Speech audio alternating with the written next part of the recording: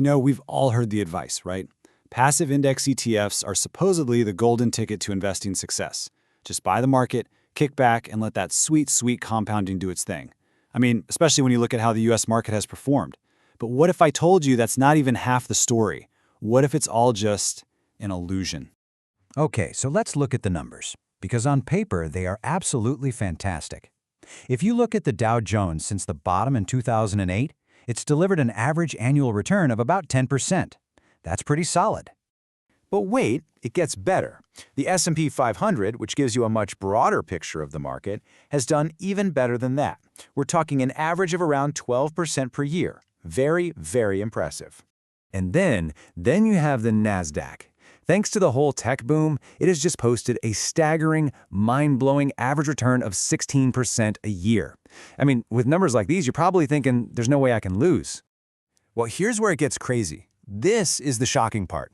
Despite those beautiful charts that only seem to go up and to the right, institutional data shows something that seems impossible.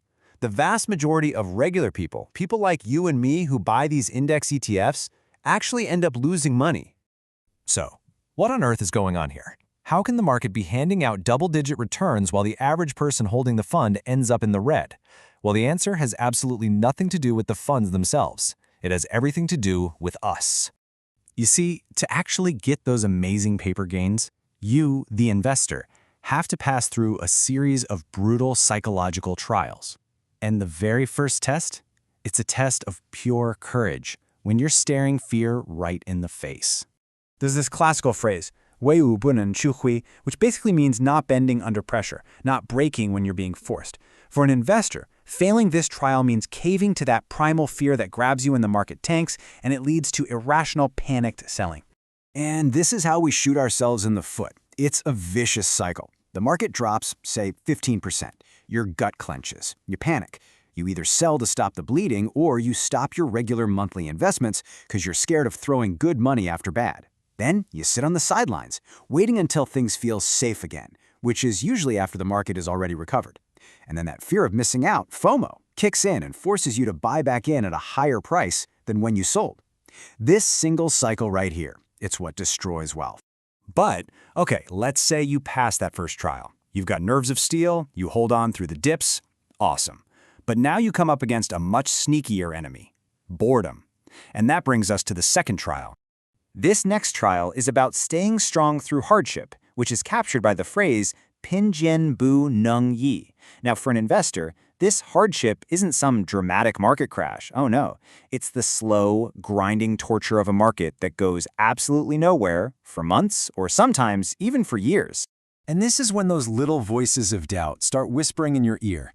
My portfolio is totally flat. Is this whole buy and hold thing even working? Then you hear your friend bragging about some hot stock they bought that's just exploded. The temptation to just ditch your boring, discipline plan for a shot at that kind of excitement, it becomes almost impossible to resist. Okay, so you've survived fear and you've survived boredom. But now you've reached the final and honestly the most dangerous trial of all. This is the test that gets you not when you're losing money, but when everyone around you seems to be winning a completely different and much more exciting game. This last trial is all about not being corrupted by wealth and riches, summed up in the saying, fu gui bunang yin. This is the trial of pure greed. It's the challenge of sticking to your smart, long-term plan when a massive bull market is raging, and it feels like every single person you know is getting rich overnight on some crazy speculative stock.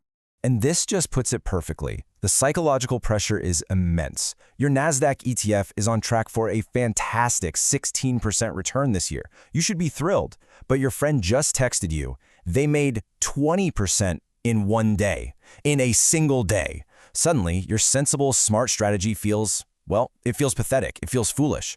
And that deep human instinct not to be left behind kicks into overdrive. So what happens when we fail these trials? What happens when we sell in a panic, or get bored and change our plan, or chase some bubble out of greed? Well, the cost is absolutely devastating, because when we do that, we break the number one most important rule of building wealth. This is it. This is the whole game. Protect your capital. Rule 1, don't lose money. Rule 2, don't forget Rule 1. The moment you ditch your sound strategy to chase a hot stock at its peak, you're not investing anymore. You are gambling with the one thing you can never, ever afford to lose, your principal. And the math on this is just, it's brutal. Just look at this. You have two investors. Both start with $1 million. Investor A sticks to the plan no matter what. Investor B gets tempted during a bull market, makes a dumb bet, and loses half their money. 50% gone.